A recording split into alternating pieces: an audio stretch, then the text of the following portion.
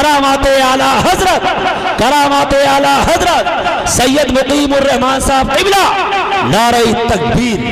کیا بات ہے، سبحان اللہ سبحان اللہ. اب لوگ سمجھ رہے تھے نا، ان کی بیوی بھی انتظار کر رہی تھی، نواب صاحب کی لاش آ رہی ہے، اور نواب صاحب اس سینہ نکال ہوئے بیٹھے ہوئے آ رہے ہیں، ناشتہ گھر پہ ہوگا. سبحان اللہ والا. سب انتظار کر رہے تھے کہ آتے ہوں گے، لاش آ رہی ہوگی. جب دیکھا تو نواب صاحب پورے ہی آ رہے تھے، نواب صاحب پورے آ رہے. بیوی بولے نواب صاحب تم؟ تو بیوی سے بولے ناشتہ تیار ہے کہ نہیں؟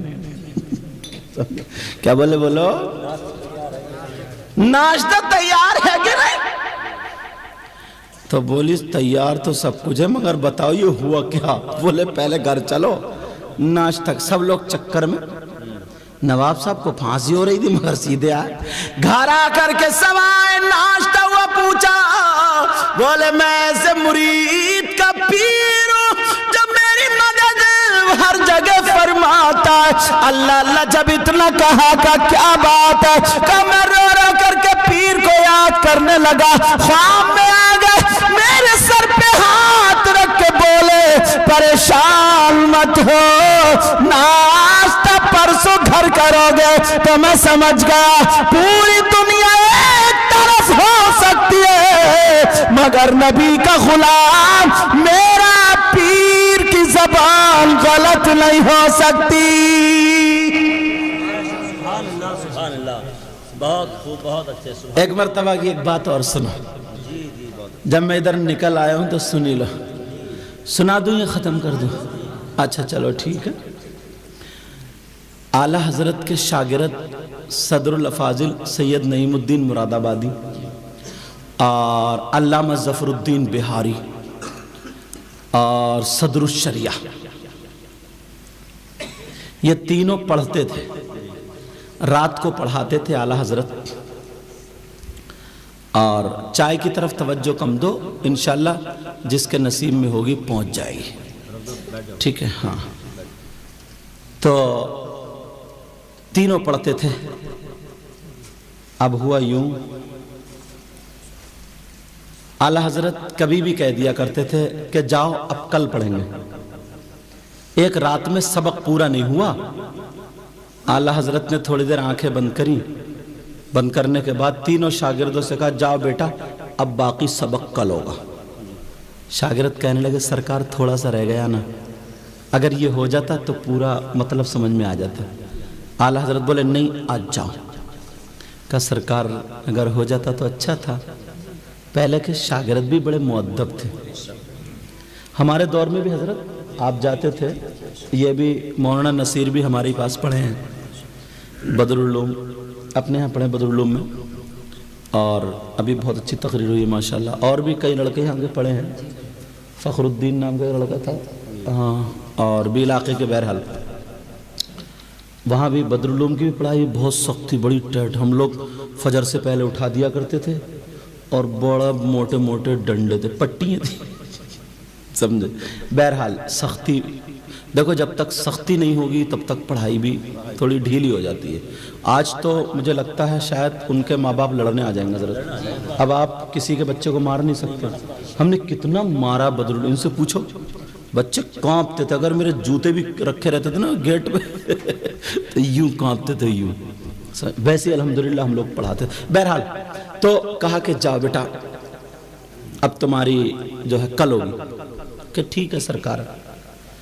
اب کمرے سے باہر کر دیا. اعلیٰ حضرت نے کمرہ بند کیا، چراغ بجھایا، اور جیسے ہی چراغ بجھایا 1 منٹ نہیں گزرا اتنی تیز روشنی ہوئی. کواڑوں میں پہلے لکڑی کی کواڑیں ہوتی تھی موٹی موٹی، اس میں جھری ہوتی تھی جھری، تو اس میں جھری میں سے روشنی نکل کے آئی. جب ان کے چہرے پہ پڑی تو یہ تینوں چونک گئے کہ یار بات کیا، چراغ تو بند ہوگا پھر اتنی تیز روشنی. انہوں نے جب دیکھا تو کواڑے بھی پہلے کافی اتنے دور پٹلے ہوتے تھے، اتنے دور پٹلوں کی کواڑے ہوتے. جب وہی اعلیٰ حضرت کی جب دیکھا تو اس میں ایک نورانی چہرہ دکھائی دیا. بولو بولو. اعلیٰ حضرت کے بستر پر وہ نورانی چہرہ لیٹا ہوا، اعلیٰ حضرت پاؤں دبا رہے. تینوں نے کہا دیکھو دیکھو دیکھو آ جاؤ، اللہ اللہ اتنا پیارا نورانی چہرہ۔ اعلیٰ حضرت عربی میں کچھ پوچھ رہے تھے اور وہ نورانی چہرے والے بزرگ جواب دے رہے تھے۔ اب یہ کر دیے، دیکھ رہا پوری رات خدمت ہو رہی ہے، جب سحری کا ٹائم ہوا وہ بزرگ چلے گئے، اندھیرا ہوا، اعلیٰ حضرت نے چراغ جلا کر کے کمرہ کھولا تو تینوں بچے باہر کھڑے تھے۔ استاد تھے، تھوڑا جلا لایا، اعلیٰ حضرت بولے گئے نہیں تم لوگ ابھی تک پوری رات سے ہی کھڑے ہو۔ ان کو معلوم تھا اعلیٰ حضرت سیدوں سے بڑا پیار کرتے ہیں، بڑا پیار کرتے تھے۔ ان تینوں میں ایک سید بھی تھے،